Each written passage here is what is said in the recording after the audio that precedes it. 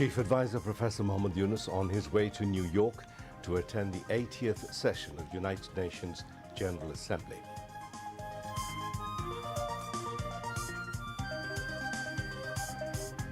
Testimony against Sheikh Hasina and two others in case of crimes against humanity during July mass uprising adjourned until tomorrow.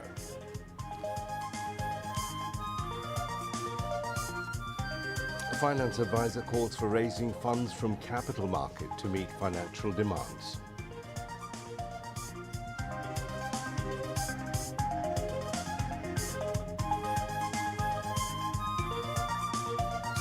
United Kingdom, Australia, Canada and Portugal recognize Palestine as a state. 25 Palestinians from same family killed in Israeli attacks in Gaza.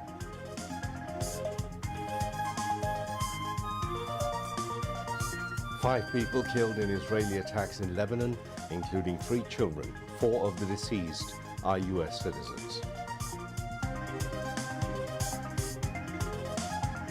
And Bangladesh national women's cricket team travel to Sri Lanka tomorrow to play in the Women's ODI World Cup. Assalamu alaikum. This is News at 10 on BTV. I'm Mahmoud Rahman. The headlines were from the major stories. Let's move on now to details of those and others. Chief Advisor Professor Mohammed Yunus is now on way to New York to attend the 80th session of the United Nations General Assembly, UNGA. A commercial flight of Emirates Airlines carrying the Chief Advisor and his entourage departed Hazrat Shah Jalal International Airport, Dhaka, at about 1:40 a.m. 5 political leaders, BNP Secretary General Mirza Fakhrul Islam Alamgir, BNP Acting Chairman's Foreign Affairs Advisor Humayun Kabir, Jamaat-e-Islami Naib Amir Sayyid Abdullah Muhammad Tahir, National Citizen Party NCP Member Secretary Akhtar Hussain, and NCP's first Senior Joint Member Secretary Dr. Tasnim Zara are accompanying the Chief Advisor as part of the official delegation. Jamaat leader Muhammad Naqibur Rahman will join the delegation from the United States. According to the tour schedule, Professor Yunus will address the UN General Assembly on September the 26th. In his speech, the Chief Advisor is expected to highlight the interim government's reform initiatives, the aspirations of the July 2024 mass uprising, and its firm commitment to holding free, fair and inclusive elections in February 2026. According to officials, this year's UNJ is especially significant for Bangladesh as on September the 30th, the UN will host for the first time a high-level conference on the situation of Rohingya Muslims and other minorities in Myanmar. The Chief Advisor will also take part in a high-level meeting to commemorate the 30th anniversary of the World Programme of Action for Youth on September the 25th. During the visit, the Chief Advisor will attend the UN Secretary General's welcome reception, a reception hosted by US President Donald Trump, and hold multiple bilateral meetings with global leaders. The Chief Advisor is scheduled to return home on October the 2nd. The International Crimes Tribunal 1 has completed the deposition and cross-examination of the 48 witness Ali Ahsan Junaid against ousted Prime Minister Sheikh Hasina and 2 others in the case filed over crimes against humanity during the July-August uprising. Apart from Sheikh Hasina, the other accused in this case are former Home Minister Asaduzzaman Khan Kamal and former Inspector General of Police Chaudhry Abdullah Al Mamun. The tribunal will now proceed with the testimony of the 49th and last general witness, Sabrina Afroz Shebonti, sister of Marta Shoykot from Dhaka's Mohammadpur. The 20th day of testimony began this morning at the tribunal, headed by Justice Muhammad Ghulam Murtaza Majumdar. Earlier, over 19 days of proceedings, 48 out of the total 81 listed witnesses had been examined and cross-examined. Meanwhile, on the 7th day of testimony in the case filed over the killing of Abu Said, the first martyr of the July-August mass uprising, proceedings are underway against former Begum Rokeya University Vice-Chancellor Hasibur Rashid and 29 others for crimes against humanity.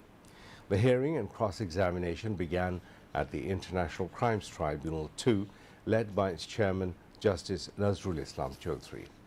So far today, the tribunal has completed the cross-examination of the sixth witness, Siam Hussain Ayan. Later, Inspector Rukun-uz-Zaman from the CID's Forensic Department testified before the tribunal, confirming the authenticity of an audio recording of a conversation between Sheikh Hasina and Sheikh Fazle Noor Taposh. In the previous 6 days, the tribunal had recorded and cross-examined 6 other witnesses in the case. Earlier in the day, former IGP Chaudhry Abdullah Al-Mamun and 6 other accused in 2 cases were produced before the tribunal. The government is facing financial constraints in funding the social sector, and Islamic Sharia-based sukuk bonds could play an important role in addressing this gap, according to Finance Advisor Dr. Salehuddin Ahmed. He made the remarks while speaking as the chief guest at a seminar jointly organized by the Bangladesh Securities and Exchange Commission and the Dhaka Stock Exchange today. Dr. Ahmed said that the capital market in Bangladesh is still underdeveloped. In addition, incidents of loan defaults and fund mismanagement are creating significant risks for the country. In his view, while the capital market offers opportunities for profit-making, it also carries considerable risks.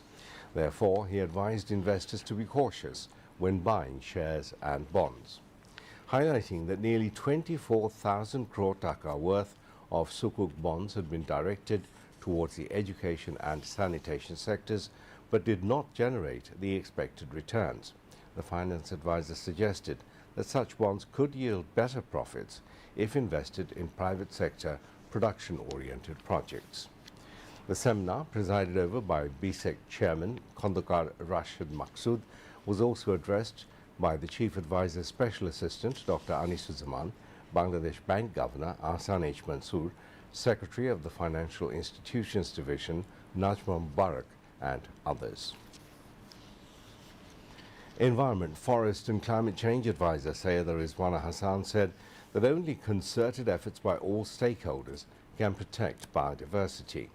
She was addressing a seminar titled Policy Dialogue, Reviving Dhaka's Rivers, Policy Options for Sustainable Development, held at North-South University in the capital today.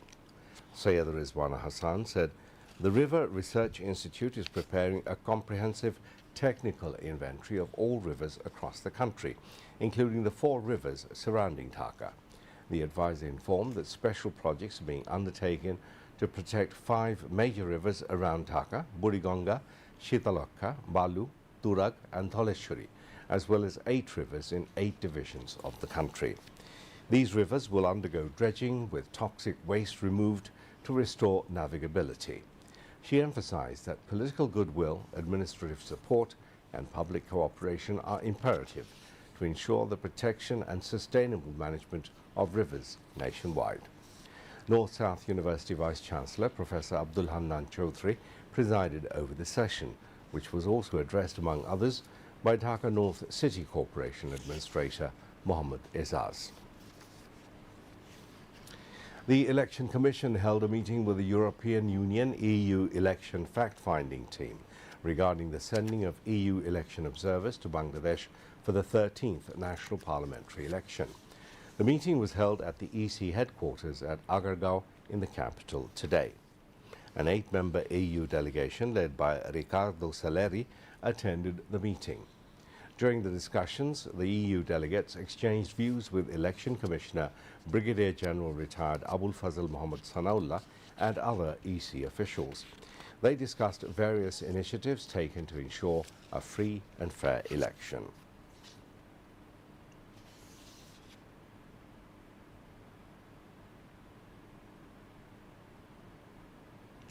National Citizen Party's chief coordinator Nasiruddin Patwari said his party will not deviate from the demand of Shapla as symbol of NCP. The NCP has urged the Election Commission to allocate either Shapla or white Shapla or red Shapla as its election symbol. The NCP leader was briefing journalists after a meeting with Chief Election Commissioner AMM Nasiruddin in the capital today. NCP leader Nasiruddin Patwari said his discussion with the CEC covered various topics, including the registration of NCP, the election symbol, and the voting rights of Bangladeshi citizens living abroad. He added that the Election Commission will take affirmative actions and publish a public notice shortly. Islami Andolon Bangladesh Amir Mufti Sayyid Muhammad Razaul Karim said the implementation of the July Charter is a must and should be completed before the upcoming general election. He was addressing a mass rally as chief guest in Dhaka today. Mufti Razaul Karim said the July mass uprising of 2024 has opened a new vista of opportunity for change after 53 years, and this opportunity must not be missed. Secretary of the Dhaka City Unit of Islami Andolon, Bangladesh, Abdul Awal Mujumdar, presided over the rally, where other leaders also spoke.